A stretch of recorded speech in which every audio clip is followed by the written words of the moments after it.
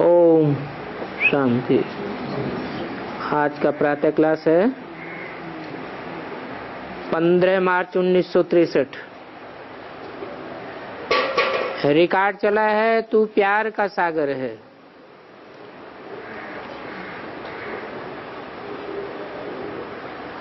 पहले तो वो प्यार का सागर है,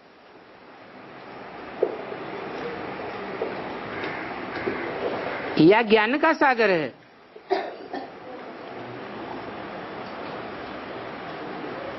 पहले क्या है? पहले ज्ञान का सागर है, क्योंकि ज्ञान मिलेगा। ज्ञान माने जानकारी, तो प्यार पैदा होगा। जानकारी ही नहीं मिलेगी तो प्यार कहां से पैदा होगा? तो पहले ज्ञान का सागर और पीछे प्यार का सागर है। ये बात आज बच्चों को समझाते हैं। और किन बच्चों को समझाते हैं? जो बच्चे विषय सागर में गोते खाते रहते हैं।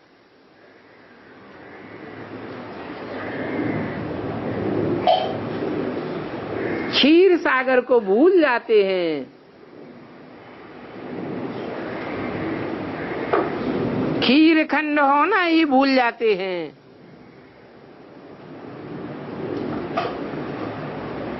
विषय सागर को वास्तव में काली दह भी कहा जाता है।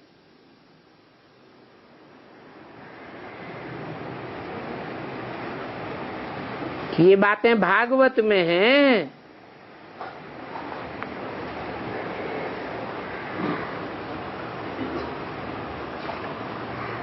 कि कैसे काली देह में गोता खाया। और भागवत भी इस प्रेजेंट समय का ही यादगार है।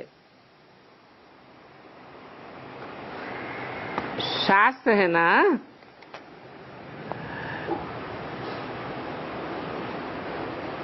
काली देह में तक्षक सर्प सर्पिणियां रहते थे।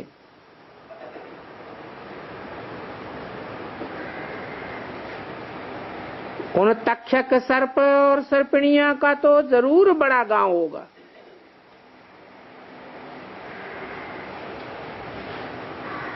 सन्यासी लोग भी सर्प सर्पिणियां कहते हैं।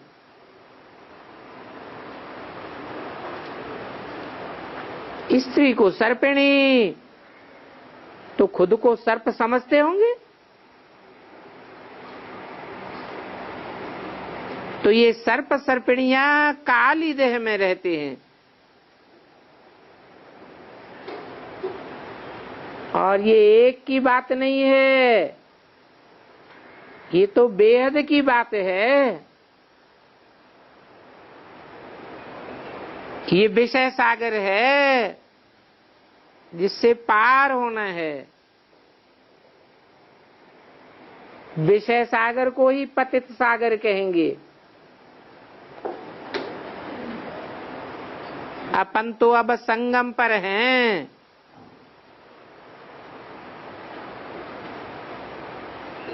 कलयुगी काली दह से किनारे आ गए हैं।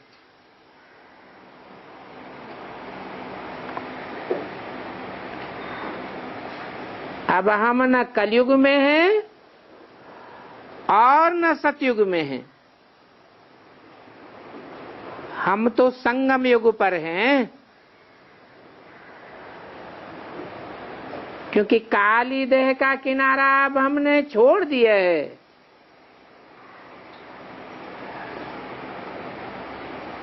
अब हम जा रहे हैं उस पार।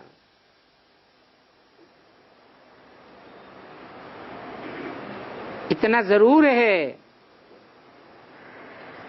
कि कोई कोई की दिल अभी भी है काली देह से, और बहुतों की दिल तो इस काली देह से उठ गई है।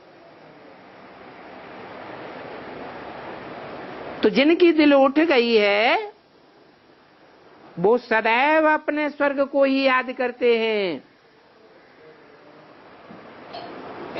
और ज्ञान सागर को ही याद करते हैं। पहले पहले तो हमको ज्ञान सागर के पास निर्वाण धाम में जाना है। कलयुग के बाद है सतयुग, विषय सागर के बाद है अमृत का सागर। क्षीर सागर कहो, अमृत सागर कहो, बच्चे जानते हैं इस दुनिया को ही विषय सागर कहा जाता है।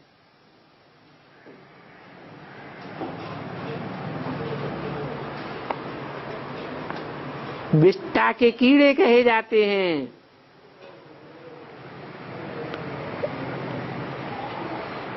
सन्यासी दृष्टांत भी देते हैं। भ्रमरी विष्टा के कीड़ों को आप समान बनाती है।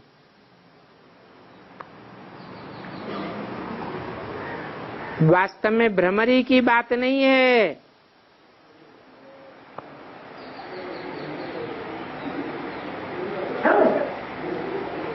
मनुष्य आत्मा कोई 84 लाख योनियों में नहीं जाती है। ये तो तुम ह्यूमन भ्रमरियों की बात है। तुम ब्राह्मणिया बहुत कीड़ों को भूं भूं करके आप समान बनाती हो।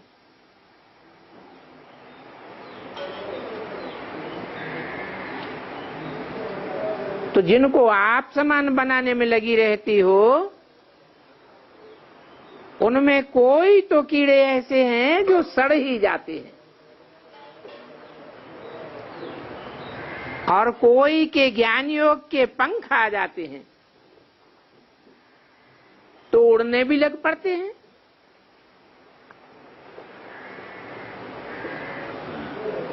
तो जो उड़ने लग पड़ते हैं वो तो और कीड़ों को भी निकाल आप समान बनाने लग पड़ेंगे। ये उड़ने वालों की निशानी है।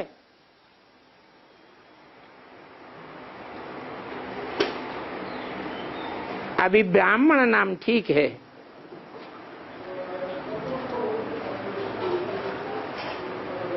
अमृतसर में गुरुपोत्रे गुरुपोत्रियां बहुत कहते हैं।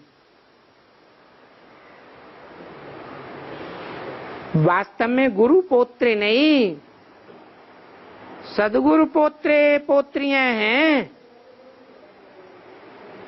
और वो तुम हो। भारत में डाडे का हक ग्रैंड चिल्ड्रंस को बहुत मिलता है, तो ये भी डाडा की प्रॉपर्टी है क्या? डाडे की प्रॉपर्टी क्या है? हाँ बोल। ज्ञान। वो ज्ञान का सागर है। ये ब्रह्मा तो काली देह में पड़ा था। दिखाते हैं कृष्ण काली देह में गया, तक्षक सर्प ने डसा तो काला हो गया।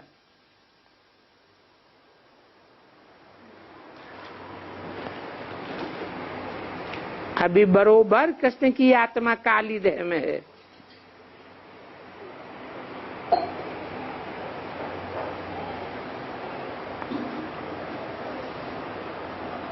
और अब निकल रही है।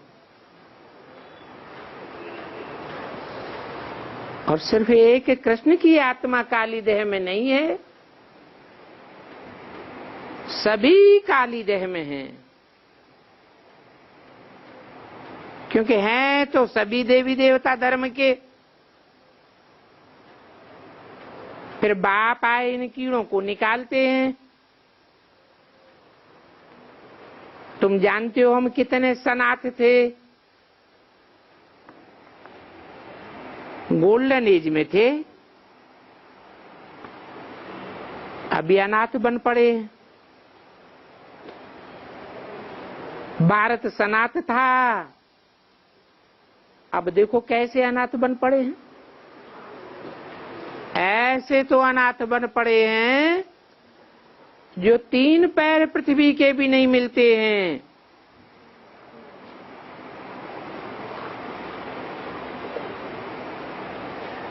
अब ये अनाथ आकर के शिव बाबा पर बलि चढ़ते हैं।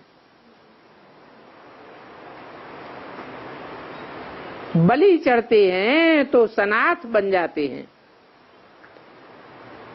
बाकी तो सभी अनाथ ही हैं। बल कोई के पास करोड़ है, पदम है, तो भी कहेंगे अनाथ। नाथ कहा जाता है परमपिता परमात्मा को।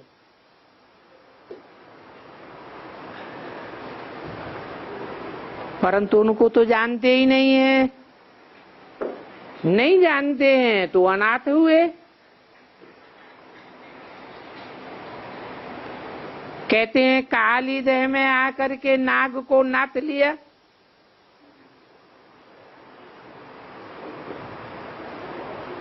अभी सर्पों को अमृत पिलाए देवता बनाए रहे हैं।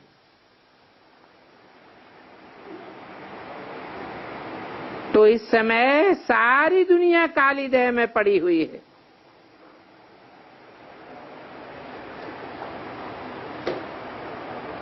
नाम लेते हैं एक कृष्ण का,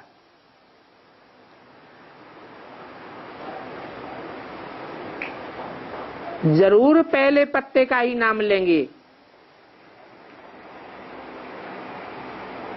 जो ऊंच ते ऊंच होगा उनका ही नाम लेंगे ना। तो जरूर उनका सारा कुल काली देह में होगा। तुम भी कृष्ण के कुल के थे ना।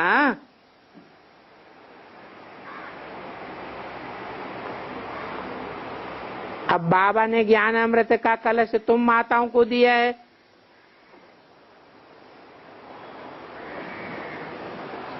माताएं बैठ कुंभी पाक नरक से निकालती हैं।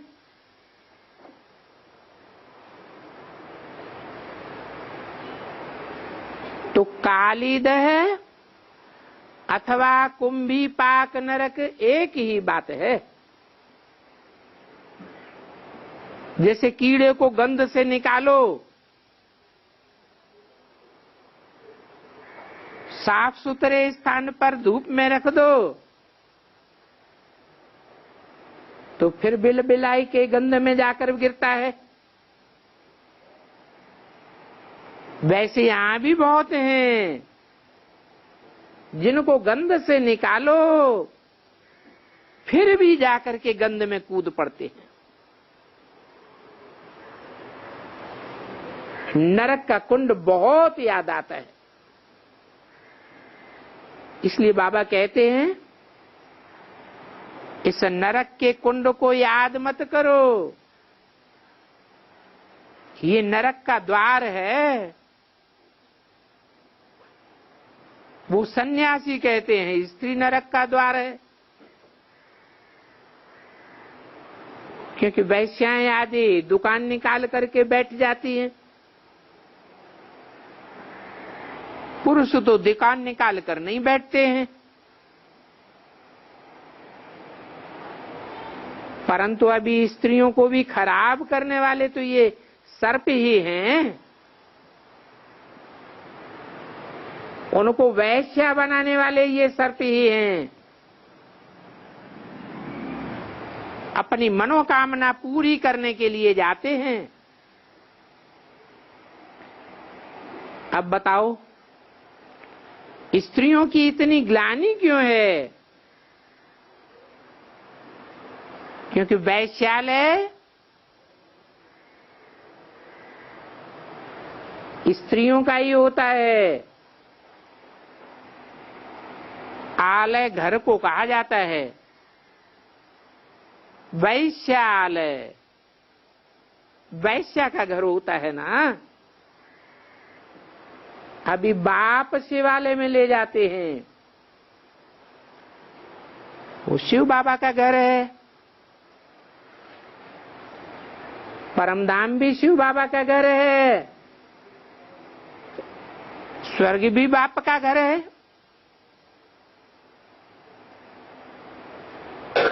तो उस घर में ले जाने के लिए अभी फिर बाप आए माताओं पर कलश रखते हैं।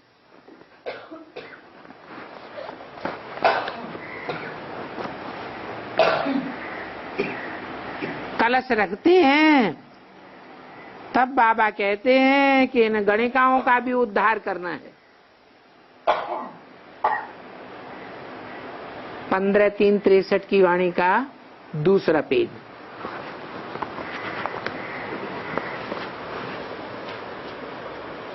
किन गणिकाओं का उद्धार करना है?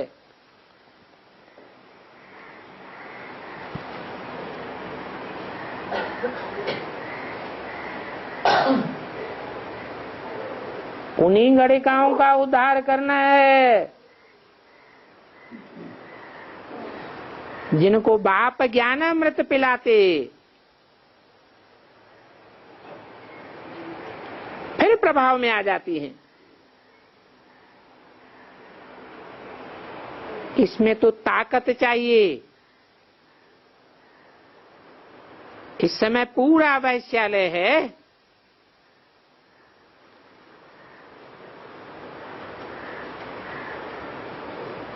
तो कहेंगे स्त्रियां ही नरक का द्वार हैं, क्योंकि वो स्त्रियां ही बाजारी बैलों को पनाह देती हैं।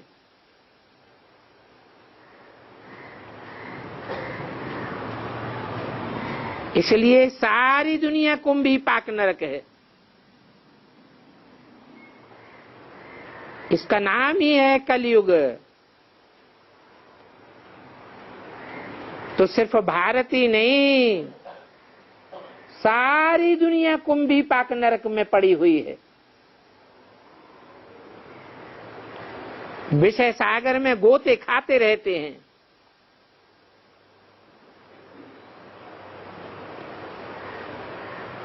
तुम उससे निकाल करके स्वर्ग का द्वार दिखाती हो। इसलिए माताओं पर कलश रखा है।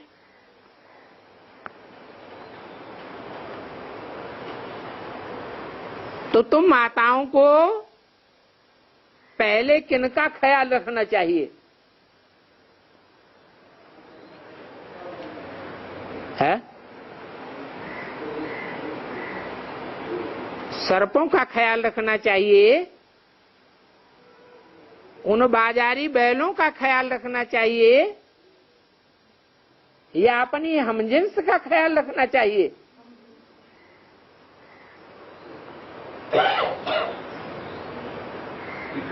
एक तरफ तो माताएं अमृत पिलाई रही हैं, नरक के द्वार में जाने से बचाए रही हैं। बाप कहते हैं ये नरक का फाटक अब सील कर दो।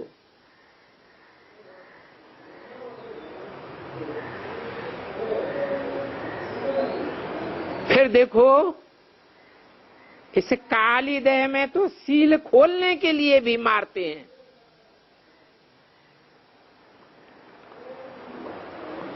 अभी बाप कहते हैं मैं माताओं को उठाता हूं।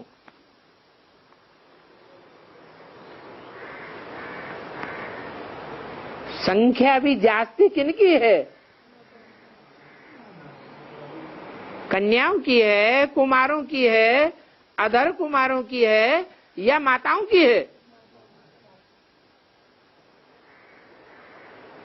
सन्यासी तो भाग जाते हैं।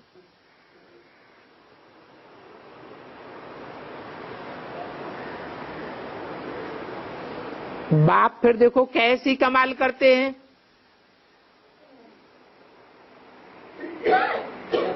सन्यासियों को डर लगता है तो भाग जाते हैं।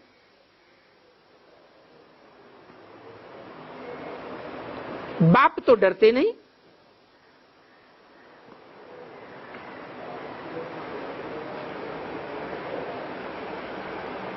कमाल करके दिखाते हैं। कहते हैं इन माताओं द्वारा अमृत पीने स्वयं कल्याण नहीं हो सकता,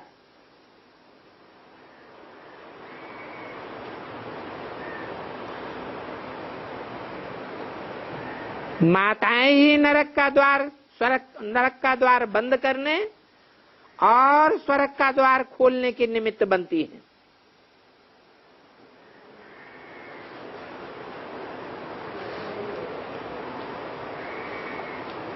दिखाया हुआ भी है। भीष्म पितामह आदि को माताओं ने बाण मारे हैं। ये सभी संगम की बातें हैं, जबकि सारी सृष्टि ही बदलनी है। वैश्यालय से शिवालय बनना है।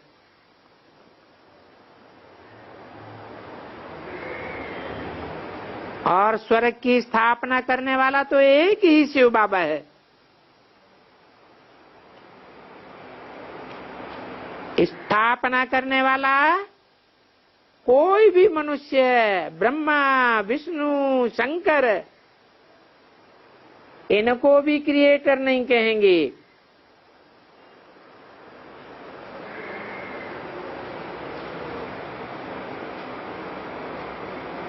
नई दुनिया का क्रिएट करने वाला एक ही बाप है। लोग कहते भी हैं मनुष्यों को किसने पैदा किया, तो कह देते हैं भगवान ने पैदा किया। अब वो भगवान तो एक ही है। तो बाप कहते हैं मीठी मीठी बच्चियों, नरक के द्वार की तरफ कब देखना भी नहीं है।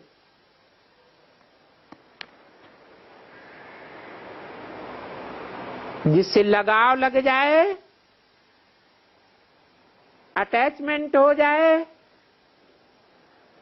उसको भी कब देखना नहीं है।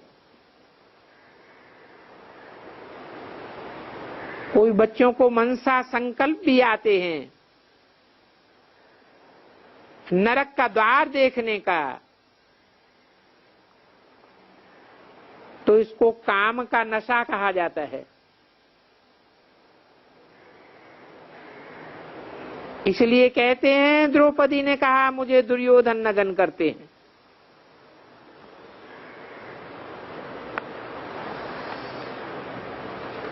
मुझे नगन करते हैं, मुझे नगन होने से बचाओ। बाप भी कहते हैं अभी नगन मत होना, तो स्त्रियों को ही नरक का द्वार बंद करना पड़े।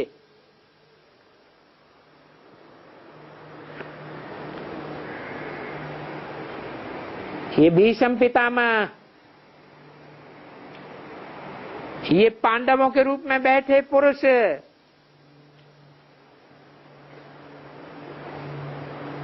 ये बड़े बड़े विद्वान पंडित आचार्य,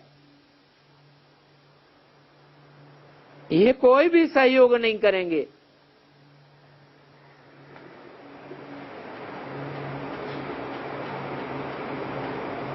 तो माताएं ही कोई भी हालत में नरक का द्वार बंद करें।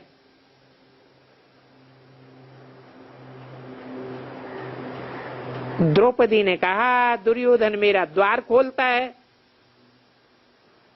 इनसे बचाओ। अभी बाप कहते हैं ये पुरुष सब दुर्योधन दुशासन है जो नगन करते हैं। तो बात सारी अभी की है। ये भागवत ग्रंथ भी अभी का यादगार है।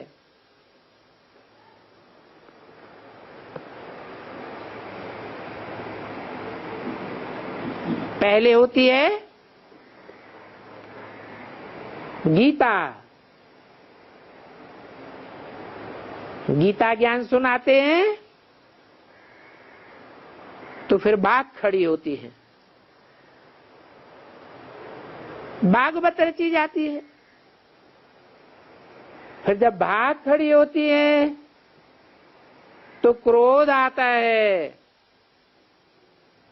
महाभारत युद्ध हो जाता है। तो पहले गीता, फिर भागवत, फिर महाभारत युद्ध। तो अभी ये महाभारत लड़ाई सामने खड़ी है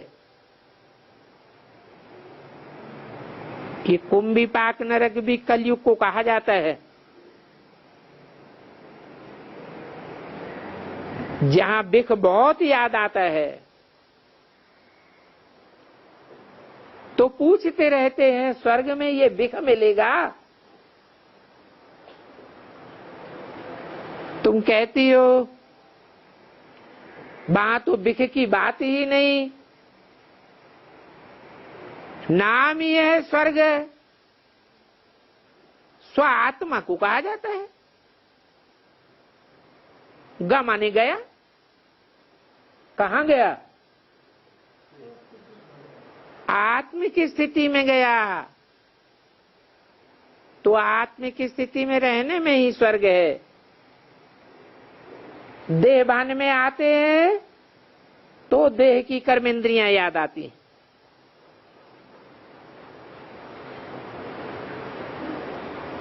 ये 5 विकार तो महाकाली देह है।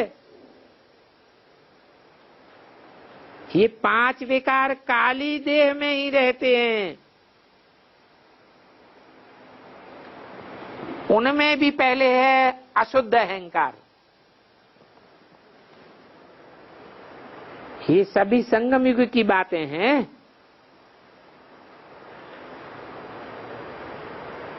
तो अभी सभी इस विषय सागर में जहर में गोते खा रहे हैं।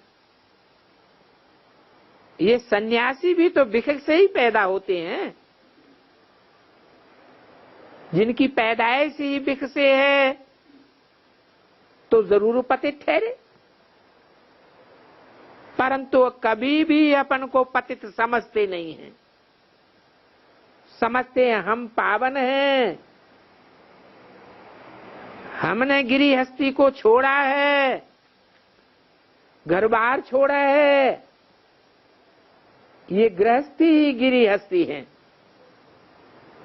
जो घर बार को छोड़ नहीं पाते।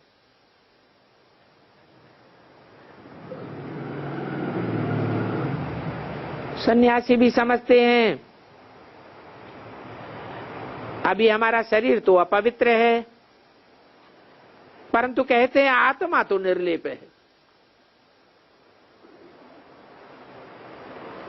जैसे कि उनकी आत्मा का अटैचमेंट शरीर में जाता ही नहीं हो।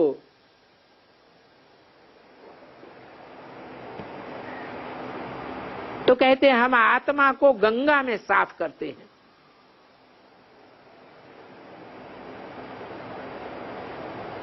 अब गंगा से थोड़ी ही शुद्धि होगी।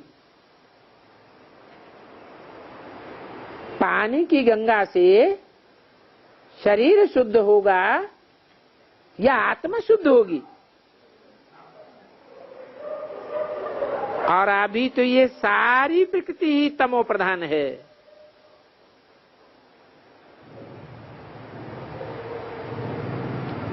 कितना भी गंगा स्नान करें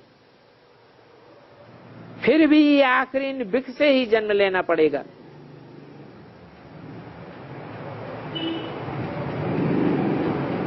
क्योंकि सबकी अंत मते सो गते नुदी हुई है। इस काली देह में तो सब बिच्छू डिंडन पड़े पड़े हैं। ये रौरव नरक भी यही है। बाकी कोई नदी नहीं है।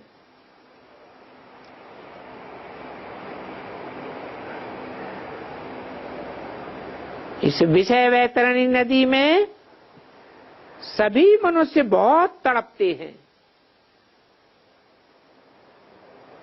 इसलिए वो हठ योग संन्यास करते हैं, हठ पूर्वक इंद्रियों का दमन करते हैं। मन का तो दमन कर नहीं पाते। मन को कंट्रोल करना तो बाप ही सिखाते हैं।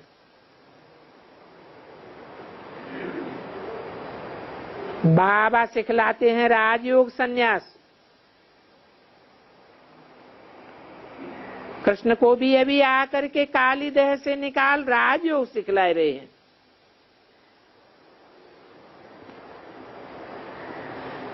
कल एक माता आई थी, कहा कि हम अनाथ आश्रम को संभालने वाली हैं। अब अनाथ आश्रम को आश्रम तो नहीं कहना चाहिए, आश्रम माना पवित्र।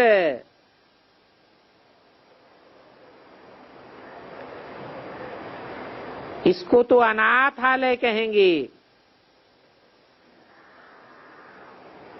और बाप बनाते हैं सनाथालय। सतयुग में भारत सनात था, अभी कलयुग में अनाथ है। इसलिए हमेशा अनाथालय से किनारा करते हैं।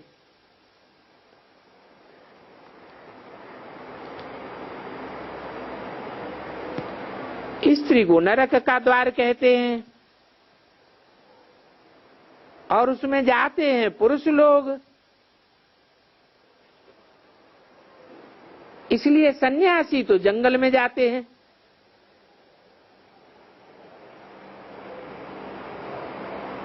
नरक के द्वार में नहीं जाते हैं, तो न जाने वालों के आगे अर्थात उन सन्यासियों के आगे नरक के द्वार में जाने वाले माथा टेकते हैं कि तुम ऊंचे हो, हम तो नीचे हैं, हम नहीं जा सकते। अभी बाबा कहते हैं क्यों नहीं दोनों पवित्र बन जाएं? क्योंकि रहना तो गृहस्थियों को भी यहां ही है और सन्यासियों को भी यहां ही रहना है। तुम स्त्रियां थोड़े ही भागती हो, न भागेंगी। स्त्री और पुरुष दोनों यहां पवित्र रहेंगे तो स्वर्ग बन जाएगा।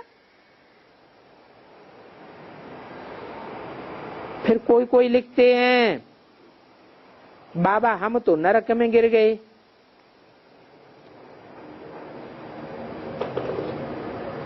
बाबा कहते हैं अरे ये तो जैसे तुम कुंभी पाक नरक में व काली देह में गिर पड़ते हो। फिर भी बाप बच्चों को कितना समझाते हैं। सारी दुनिया के मनुष्य काली देह में बहुत दुखी हैं। बाप इससे निकाल अमृत के सागर में ले जाते हैं। कहते हैं ना मानसरोवर पर अमृत का सागर है।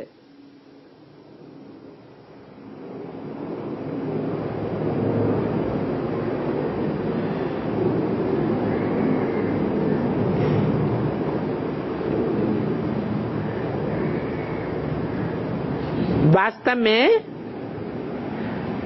मनुष्य को सरोवर कहा जाता है।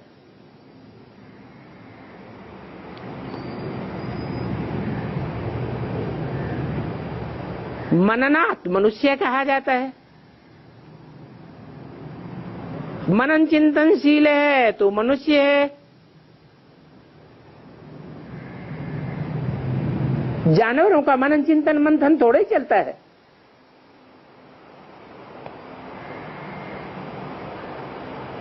तो जिनका मनन चिंतन मंथन चलता है, ऐसे मनुष्यों में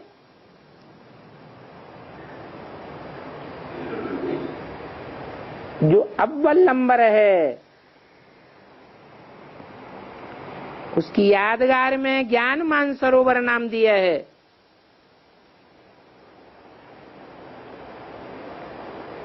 क्योंकि उसमें ज्ञान का ही मंथन चलता है, इसलिए नाम देते हैं नारायण। नार माने ज्ञान जल, अयन माना घर, जिसका ज्ञान जल में ही घर है।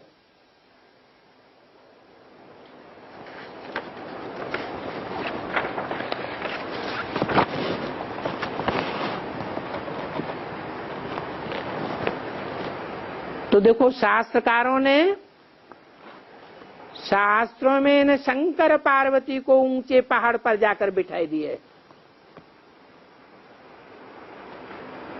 वास्तव में है मनन चिंतन मंथन की ऊंची स्टेज की बात। 15/3/63 की वाणी का 30वां पेज। और फिर उनकी यादगार ऊंचे ऊंचे मंदिर भी बनाए हैं। खास करके शिव का मंदिर तो बहुत ऊंचाई पर बनाते हैं। तो वास्तव में शिव का मंदिर ही ऊंचे स्थान पर होना चाहिए।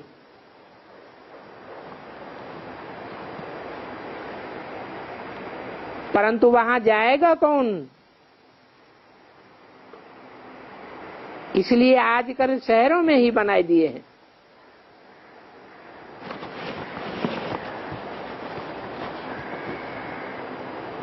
ये सभी राज तुम बच्चों की बुद्धि में ही हैं,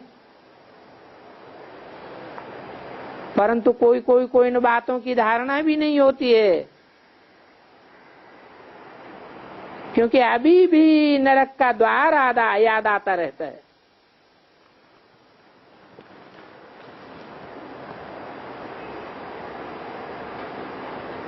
कोई कोई तो हैं जरूर जो कन्याओं को घुटका दे करके नरक के द्वार में डाल देते हैं।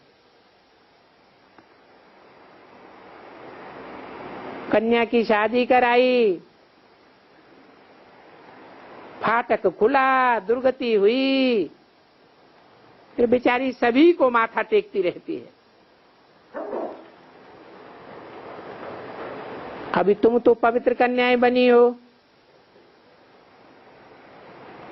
तो जाकर के पूजनीय देवी देवता बनती हो। फिर अगर द्वार खुला तो पूज्य कैसे बनेगी? फिर तो सीधे रसातल चली जाएंगी। अभी बाप समझाते तो बहुत हैं,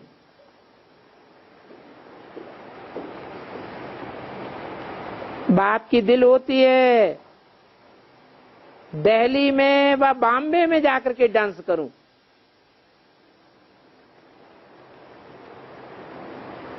क्यों?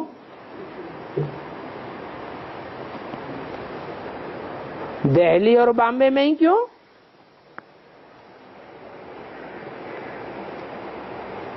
क्योंकि दिल्ली और बॉम्बे में ही स्थापना और विनाश का अड्डा है। दिल्ली है स्थापनाकारी और बॉम्बे है विनाशकारी।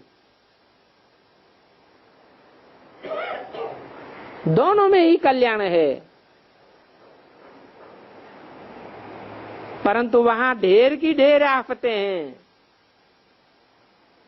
कहां कहां बताया? दिल्ली और बंबई में। यहां तो तुम बच्चों का मधुबन है, विकार की तो बात ही नहीं। कर्मेंद्रियों से नरक के द्वार में गया और बेड़ी डूबी।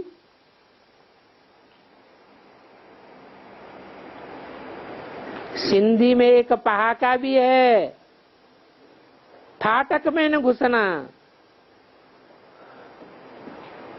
वास्तव में ये फाटक है, कितनी कड़ी कड़ी बातें बोलते हैं। और बाबा तो सभा में भी ठोक सकते हैं। इसलिए बॉम्बे दहली याद पड़ती है। वहां अच्छी तरह से ठोकूं कि अब काली देह में मत कूदो। उस काली देह को कुंभी पाक नरक कहा जाता है। विद्वान पंडित आचार्यों कोई को पता नहीं है कि भारत अभी कितना गिरा हुआ है।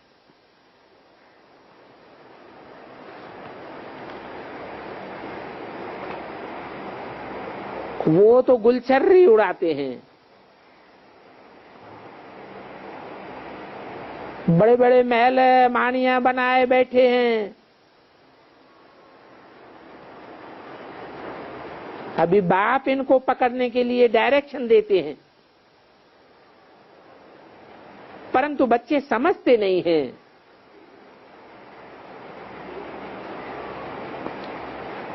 ज्ञान की ताकत नहीं है तो उछाल खाते ही नहीं है। नहीं तो इस बात को बड़े जोर से उठाना चाहिए कि श्री श्री 108 जगत गुरु का टाइटल इन हिरण्यकश्यपों ने अपने सिर पर रख दिया है। विख से पैदा हुए, काली देह में पड़े हुए अपने ऊपर इतने टाइटल रख बैठे हैं। कितना जोर से उठाना चाहिए।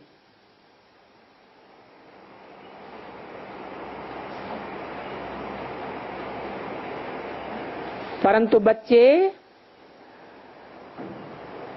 अजुन सगीर नहीं बने हैं।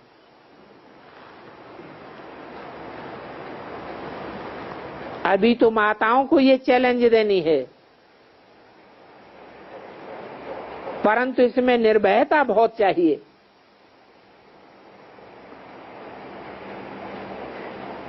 क्योंकि पुरुष तो निर्भय बन के लड़ाई में घुस जाते हैं, माताएं तो लड़ाई में नहीं जाती है। कन्याओं माताओं का तो चोला ही ऐसा है। तो निर्भय होने में अर्जुन अभी समय है। जब तक कि बालिग न बने। अच्छा, अभी कितना समझाएं। बच्चे कीड़ों को निकाल भू भू करो। जो भू भू न करें उनको भ्रमरी कैसे कहेंगे।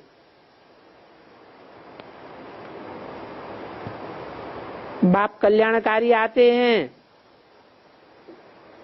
तो उनके जो बच्चे बनते हैं उनके लिए कल्याण ही कल्याण है।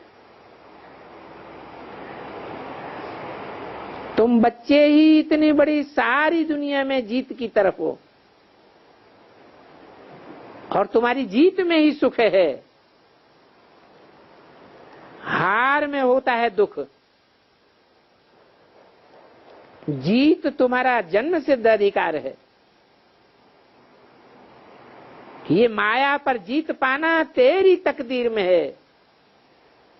बाकी इस दुनिया में क्या है। हमारे सामने तो ये साधु सन्यासी सभी पत्थर बुद्धि बुद्धू हैं। हम हैं इनकॉग्निटो।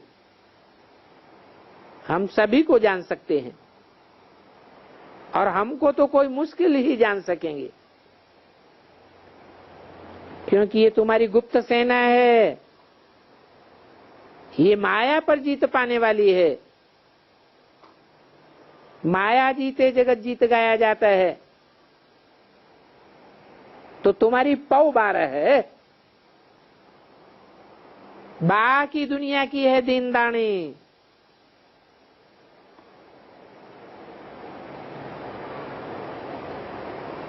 क्योंकि सच्चे संसार की बात तो हम ही जानते हैं। अपन सच्ची बात जानते हैं तो खुशी में भी रहते हैं, और कल्याण की तरफ तो पुरुषार्थ करना ही है।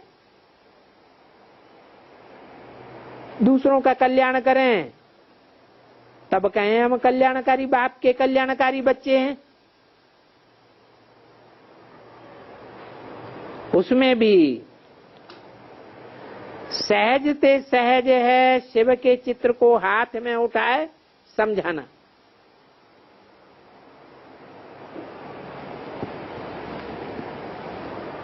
किसका चित्र? शिव का चित्र होता है। शिव तो बिंदी का नाम बताया। बिंदी को चित्र कहें या विचित्र कहें? फिर शिव का चित्र क्या होगा? साकार और निराकार के मेल को शिव बाबा कहा जाता है। अभी ये लक्ष्मी नारायण का चित्र भी बन रहा है।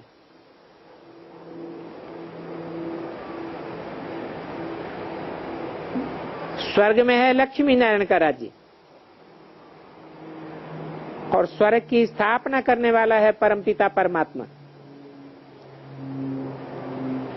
और तुम बच्चों को यही बात समझानी है।